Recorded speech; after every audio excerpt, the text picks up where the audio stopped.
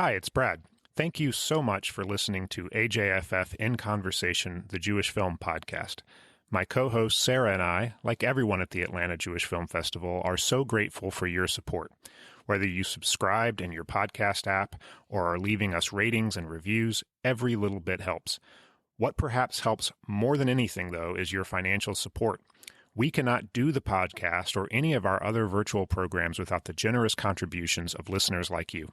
If you're willing and if you're able, please consider supporting the podcast with a donation at ajff.org/inconversation. Thank you so much, and now, please enjoy the episode.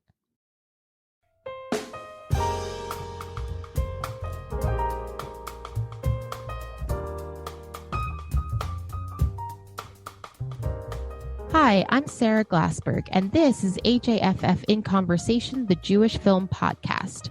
As we approach the 2021 edition of our annual festival, which will in some ways look very different from our previous 20 editions, we wanted to take some time to hear from festival leadership about how AJFF has gotten to where we are today. That is, what 2020 was like for the organization, and looking ahead at the future. Specifically, we wanted to give our listeners an opportunity to find out what the past year has taught us and what we're all especially excited for this year as part of the annual festival. With me today to reflect on some of this and look ahead is AJFF Board Vice President Sari Earl, AJFF Board President Max Leventhal, and AJFF Executive Director Kenny Blank. Thank you all so much for joining me today. 2020 was, of course, such a big year for us, for AJFF. It was our 20th anniversary. We held our 20th annual festival in February, and it was such a success. And then the world shut down and turned upside down, and we pivoted really quickly toward a lot of virtual programs, including this podcast. So again, before turning our attention to this upcoming annual festival and looking at just what's ahead for AJFF in 2021 and beyond, is there anything more that you would each like to, say about AJFF's journey as an organization this past year? And I will start with Kenny and then Max and Sari. Well, Sara, thank you for the question. And of course, thank you for having us on the In Conversation podcast, which itself is a product of this year's pivot to virtual in response to the pandemic. To answer your question, look, I obviously none of us, if we had to do it over again, would want what the world has been through this past year, and yet we try to find silver linings where we can. And I think we all know the expression about adversity revealing character. I think certainly for this organization, adversity has revealed the best qualities of the Atlanta Jewish Film Festival. One, I will say, our amazing staff. They have demonstrated that they can rise to any challenge, and the way that they have innovated and adopted through this situation has been, frankly, heroic. It has revealed what an amazing leadership we have with our board. They have helped us focus and stay true to our North Stars. It has revealed how generous our community is in supporting us, not knowing what the festival would look like this year, not knowing how the organization will respond to the crisis. The community made it clear they had our back financially and otherwise. And of course, this has revealed what an amazing audience we have, the best audience a film festival could hope for. And lastly, I'll just say, I think the pandemic has also shown that the medium that we are in, film, whatever you want to call it, movies, cinema, once again, this crisis has revealed that film remains the most accessible art form there is, that for audiences, meaningful narratives help us make sense of our world, particularly at a time we need that. We need that escape. We need that sense of what does this all mean? What does life mean? I mean, these film stories help us make order of all of that and give us hope and inspiration. So it has been certainly a challenging year, but I think, again, has revealed the best in us for this year and going forward as an organization. And Kenny, I agree with you about storytelling taking prominence in this world as people follow all these stories that are coming out on Netflix and directly to our homes. And we've been able to do an incredible pivot where we're making your home the focus of our attention. But let me just touch on one thing, which is this 2020 was our 20th year, and the staff had gathered a lot of celebratory moments that we were going to talk about in our 20th year, and that was totally eclipsed by COVID and the necessities to pivot sharply to the realities that were facing us. So I just want to tilt at one thing we missed in 2020, which we will do soon. We had planned a gala concert in Symphony Hall in collaboration with the Atlanta Symphony Orchestra, and it was going to be a spectacular event. And so we're just going to have to do it as a celebration at the end of COVID for a good reason why people can come together and celebrate film and music. So I look forward to that, covering our loss.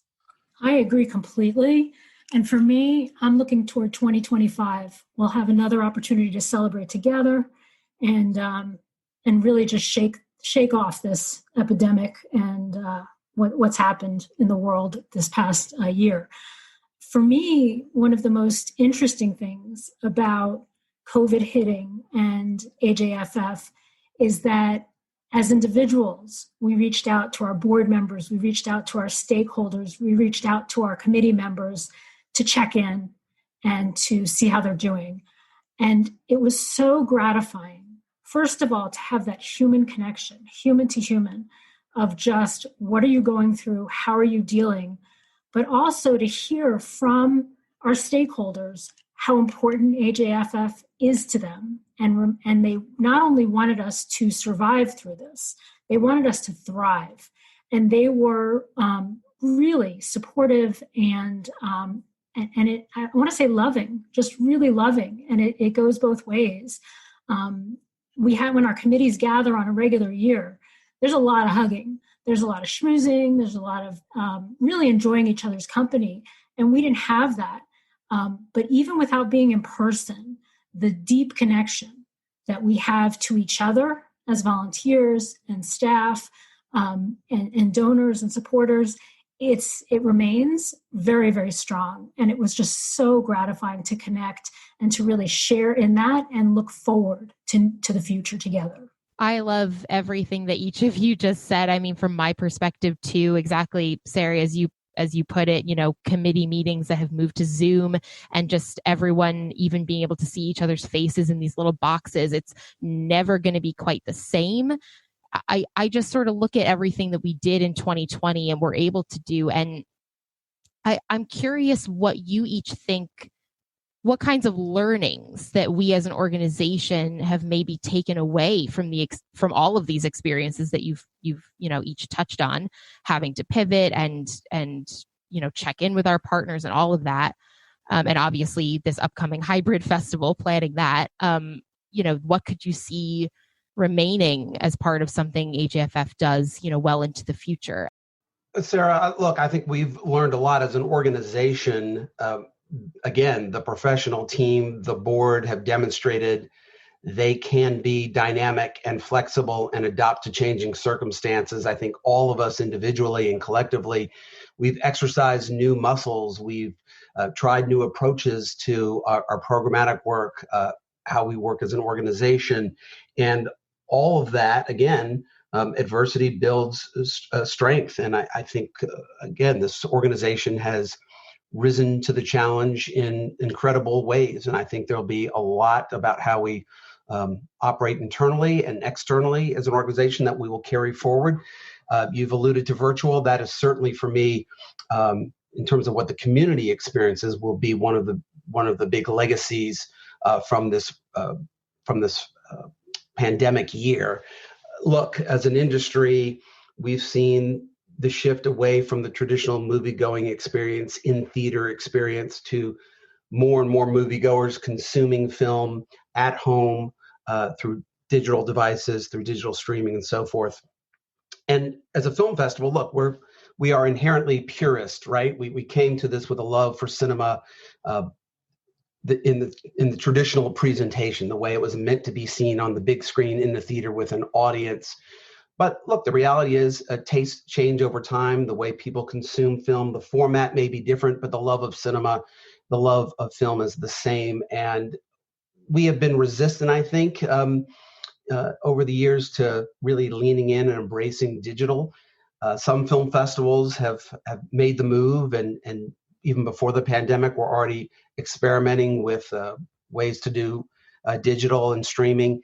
I think we've been reluctant about that because we are such a community film festival. It's all about bringing community together in the literal way in the theater, an audience, families, neighbors, people seeing each other and talking about these films. But look, we've seen with virtual this year, out of necessity, this can be done in different ways. It can be done digitally, and it allows us to reach whole new audiences that, whether by choice or necessity, they can't come out or don't want to come out and watch movies in the theater the way that we were accustomed to doing over the years.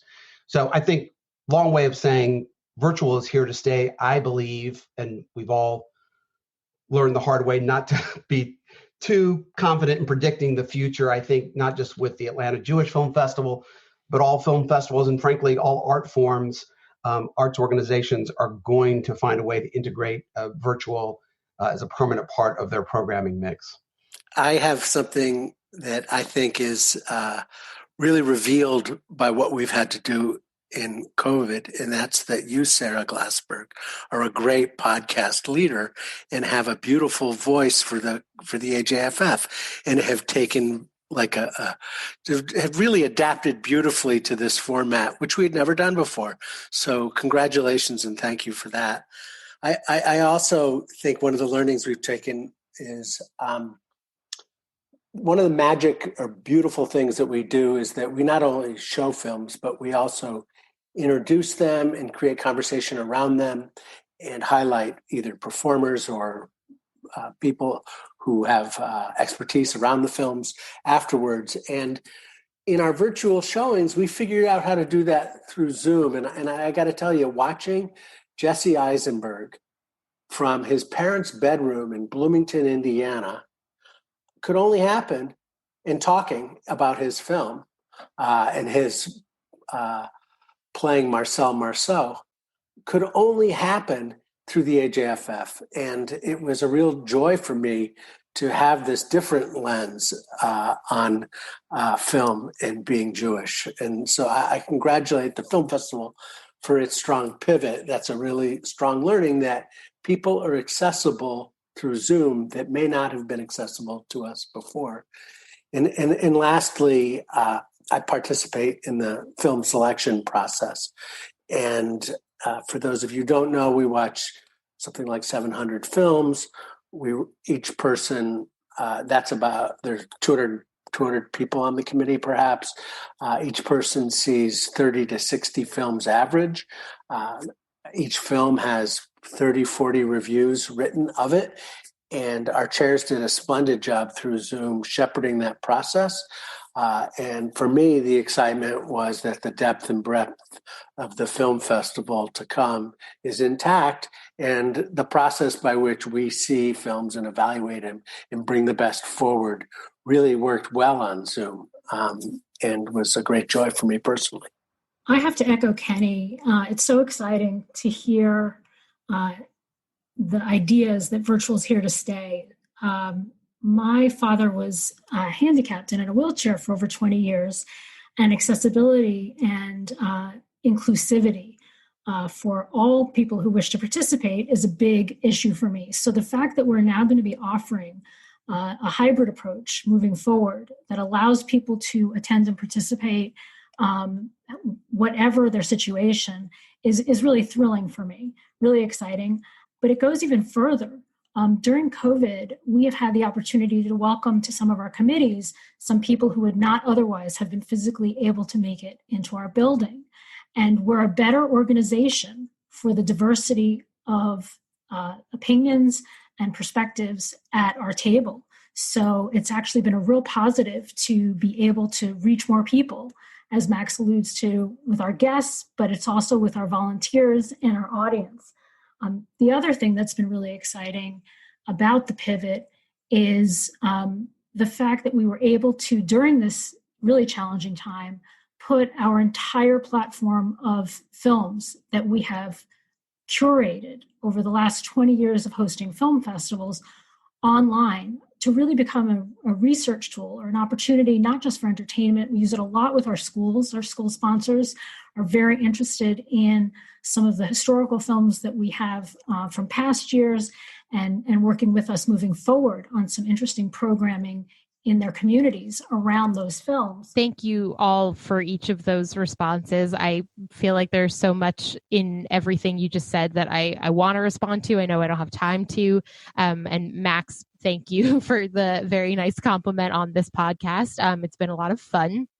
But I think overall, just to kind of sum that up before going on to my closing question, I feel like as many physical barriers as there have been in 2020 with COVID and all of the protocols that we've had to put in place and not being able to see each other at meetings or screenings, we've also eliminated a lot of barriers through virtual, whether that's a barrier to get to a fantastic actor or director to participate in something, or Sari, as you said, different committee members and volunteers, and the idea that no one has to necessarily leave their home, drive to a theater, if they are working or they don't drive at night, all of those barriers are removed. So, I just think that's again, a silver lining, something really beautiful in some of what each of you said. So I think we touched on a little bit of what we're all, particularly excited for the future of AJFF. But I kind of want to get more specific and have a little fun with this with all of you and kind of ask what each of you are most looking forward to in the 2021 AJFF specifically, coming up with the annual festival.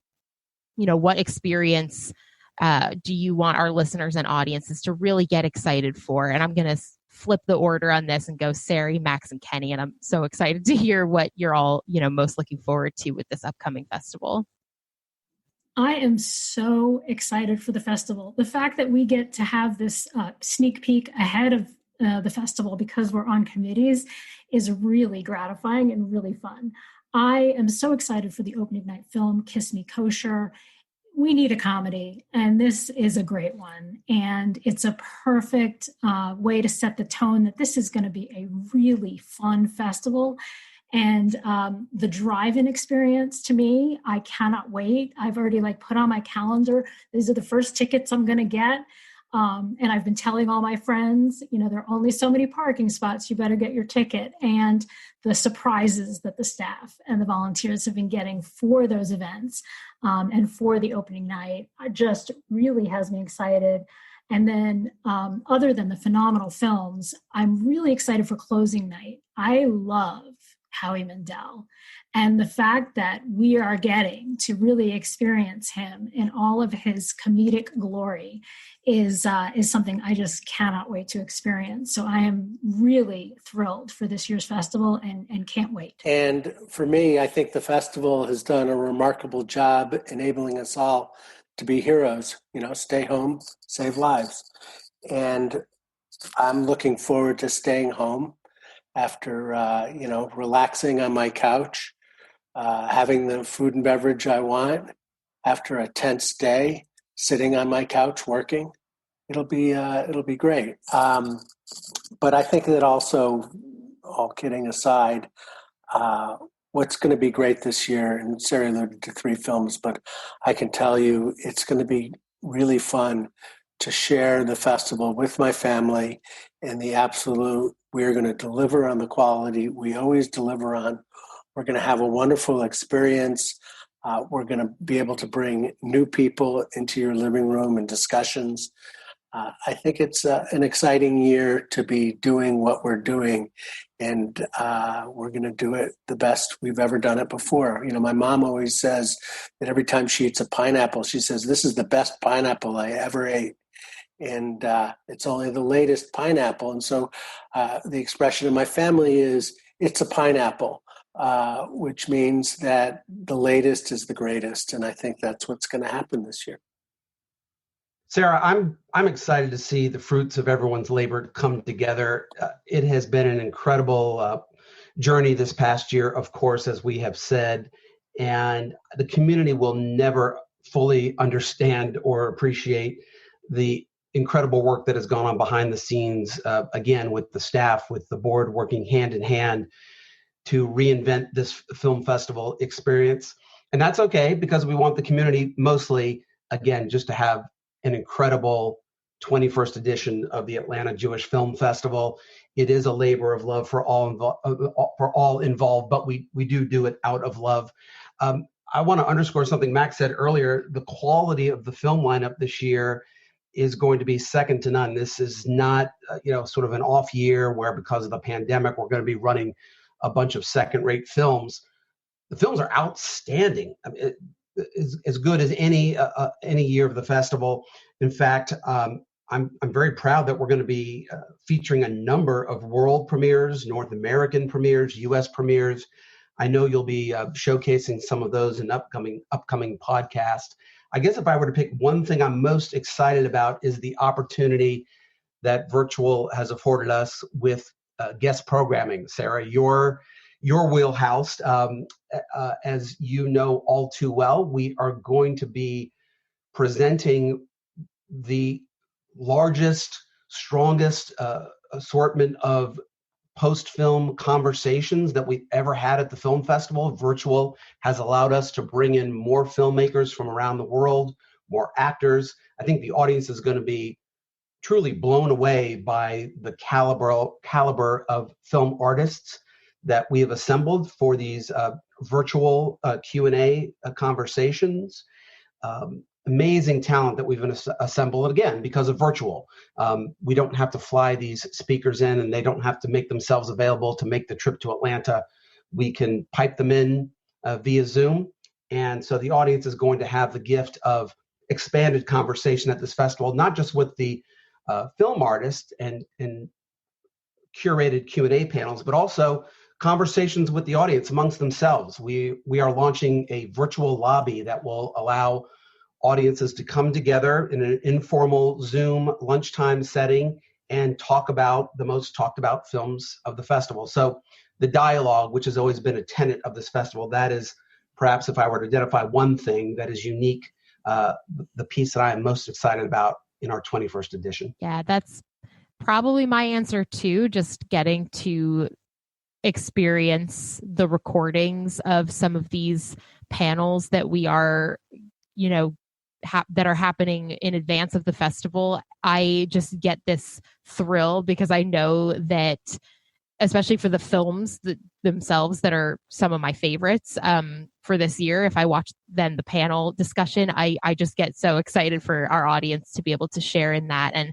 to hear these conversations. So that would have been my answer too. But I am excited for the drive-in. I am excited that people can be curating their own at-home experience and keeping others safe in the process while getting to experience amazing cinema, and that we still are able to offer the virtual lobby for that community part too. Sara, you brought up something which I should have mentioned, and this is what happens when you start trying to pick favorites. I mentioned Q&As, but of course the drive-in, and oh my goodness, how much planning and thought has gone into that. We have this amazing exclusive experience, as you mentioned, to have Atlanta Jewish Film Festival audiences get in a time capsule, go back to the heyday of drive-in and experience 3 nights of movie on the big screen in a communal but safe, in your own bubble of your vehicle, a communal movie-going experience at the drive-in. This is being presented exclusively in partnership with Mercedes-Benz Stadium and the Home Depot backyard, a spectacular backdrop to watch drive-in. And I think the movie selections, which I won't reveal here on today's podcast, I will say the movie selections are perfect for drive-in. They're fun, retro, kitschy, campy fun that is best experienced at the drive-in. I'll put it that way. And I would just add that the diversity of Atlanta and the diversity of the Atlanta Jewish Film Festival and the wild diversity of the people who come to watch our films within the Jewish community and without will be here this year. And for me, I am going to advertise one film really quickly, which is there's going to be a local film about COVID. And I think it beautifully tells the story of diversity as I talked about it in Atlanta and among the Jewish community. So I look forward to seeing that film. I'm excited for the snacks and the food because during the Jewish Film Festival, one of the most fun and interesting elements is food. And we have a phenomenal film called Breaking Bread that I cannot wait to see. And I'm already figuring out what that meal might be. And there are other meal options and opportunities throughout the festival. And I'm going to be getting my popcorn, getting my candy, and ordering my food, and really enjoying the festival by every sense. Sari, great point. Everyone needs to be planning now. Load up on the popcorn, the candy, get your cupboards all set with your movie-going snacks, your favorite beverage, all of that, because and coffee, lots of coffee, because there's going to be a lot of movie watching to happen in the coming days. I think that's a perfect way to end it, especially because I'm a big foodie, and the Atlanta Jewish Film Festival is a big, food, and our restaurant partners and all of that. Those aspects of the experience are very important to us. And I've got a huge thing of popcorn here, so I am ready. I hope our audience is ready. And with this conversation, I think that they will be. So I thank you all so much for being with me today. Kenny, Max, and Sari, you all raised amazing points, things to look back on and look forward to. And yeah, we're just really thrilled that you could join in on this conversation today. So thank you again. Thank you for hosting. And congratulations again on In Conversation, part of our new virtual programming initiatives. Sara, you are awesome. As always, I'm Sara Glassberg. Producing and editing the show is our technical director, Chris Holland, and my co-host is Brad Pilcher. Thank you again to our special guests today, Sari Earl, Max Leventhal, and Kenny Blank. The music you have been hearing throughout this episode is by the incredibly talented Joe Alderman. Please look him up wherever you get your music. And find out more from us as well as show notes at ajff.org/inconversation. Our email is inconversation@ajff.org. Drop us a question or a comment. We might just include you on a future episode. Don't forget to subscribe in your podcast app of choice or check out our YouTube channel for new episodes. Give us a rating or a review. It all helps. But what helps, perhaps more than anything, is your financial support. We cannot continue to do this podcast or any of our other digital programs without the ongoing support of listeners like you. If you are willing and able, please make a donation at ajff.org/inconversation. And don't forget to tell your friends about the show. Until next time, goodbye.